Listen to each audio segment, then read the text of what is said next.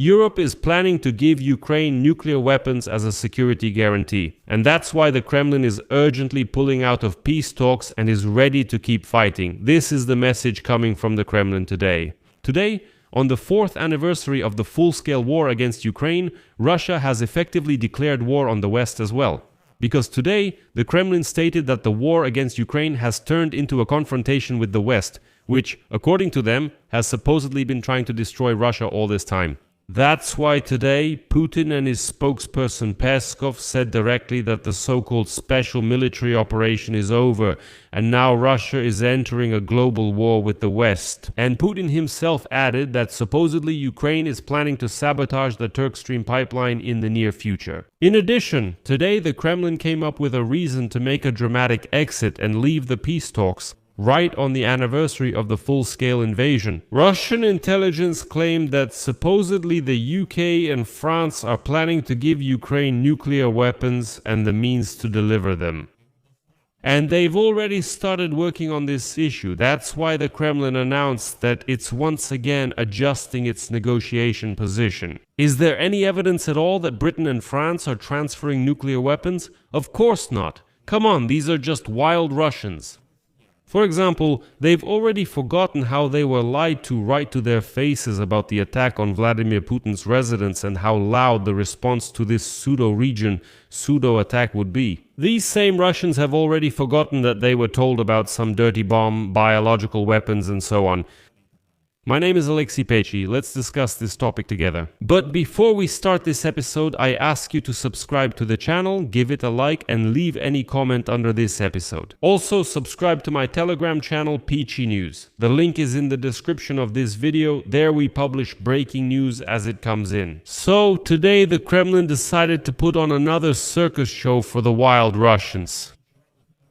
The UK and France are allegedly planning to give Ukraine nuclear weapons and the means to deliver them, and have already started addressing the related issues. This version of events was put forward by the Russian Foreign Intelligence Service, claiming that the transfer of nuclear weapons will be covert. Here is the quote. At present, according to information available to the Russian Foreign Intelligence Service, London and Paris are actively working on resolving the issues of providing Kyiv with such nuclear weapons and the means to deliver them. This refers to the covert transfer to Ukraine of European components, equipment and technologies in this field. Well, according to the Russians, who usually scare the world with their nukes, they claim that supposedly Ukraine needs to be supplied with a wonder weapon. That's what they say. Well, and this needs to be done because then, supposedly, Kyiv will be able to claim more favorable terms for ending the hostilities if it possesses nuclear weapons. And attention, quote, at least with a so-called dirty bomb. Yes,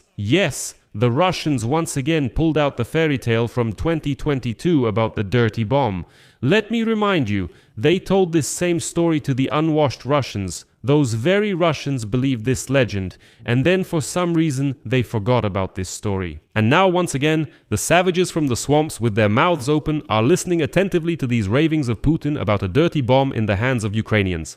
It's funny that the Russian Foreign Intelligence Service stated that Germany, for example, quote, wisely refused to take part in this dangerous adventure. The Russians even named the type of nuclear weapon that, according to the SVR, London and Paris are preparing to hand over to Kyiv. According to the Russian intelligence narrative, one option being considered is the French compact warhead TN-75 from the M51.1 submarine-launched ballistic missile. At the same time, the Russian SVR claims that Ukraine's allies are now making efforts so that, quote, the appearance of nuclear weapons in Kyiv would look like the result of the Ukrainians' own development. After all, quote, the British and French realized that their plans involve a blatant violation of international law, primarily the Nuclear Non-Proliferation Treaty, and are associated with the risk of destroying the global non-proliferation system. Once again, this is what the Russians are saying, these savages from the swamps who themselves have long since disregarded international law. And really, what am I even talking about? Russians and the law are two completely different things.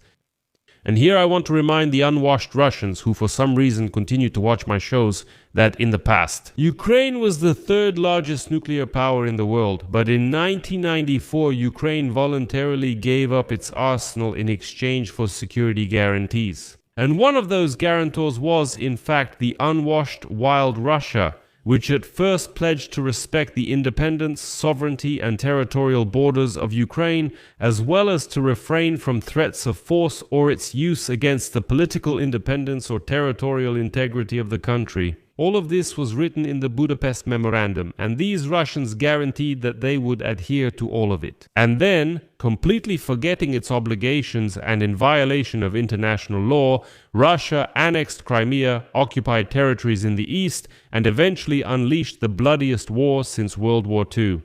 So I want to point out that, in my subjective opinion, Russians are savages who can never be trusted. They are wild people. Meanwhile, the United Kingdom. The United Kingdom, which also signed the memorandum today on the 4th anniversary of the start of Russia's full-scale invasion, announced a package of aid to Ukraine, including military, humanitarian, and recovery support. In particular, London announced the allocation of $27 million for emergency energy support to protect and repair Ukraine's power grid and to create additional electricity generation capacity. In addition, nearly $8 million is allocated for humanitarian aid to communities on the front line, as well as training Ukrainian pilots in the United Kingdom to prepare them to work as helicopter flight instructors.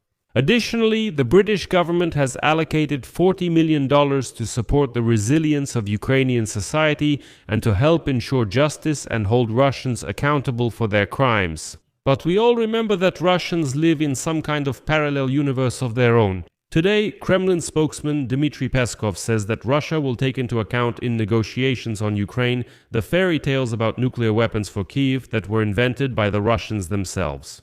Well, you might have wondered, why does the Kremlin make up all these stories about the dirty bomb, now about nuclear weapons and something else and something more? It's all very simple.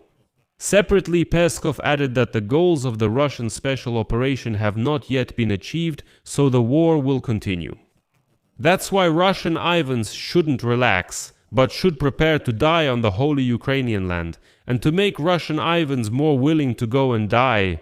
Peskov added that Russia is not just waging war against Ukraine, but against the entire West. So, Peskov stated that the decision of Western countries to intervene in the conflict in Ukraine means that it has turned into a much broader confrontation with countries that, in Russia's view, want to destroy it.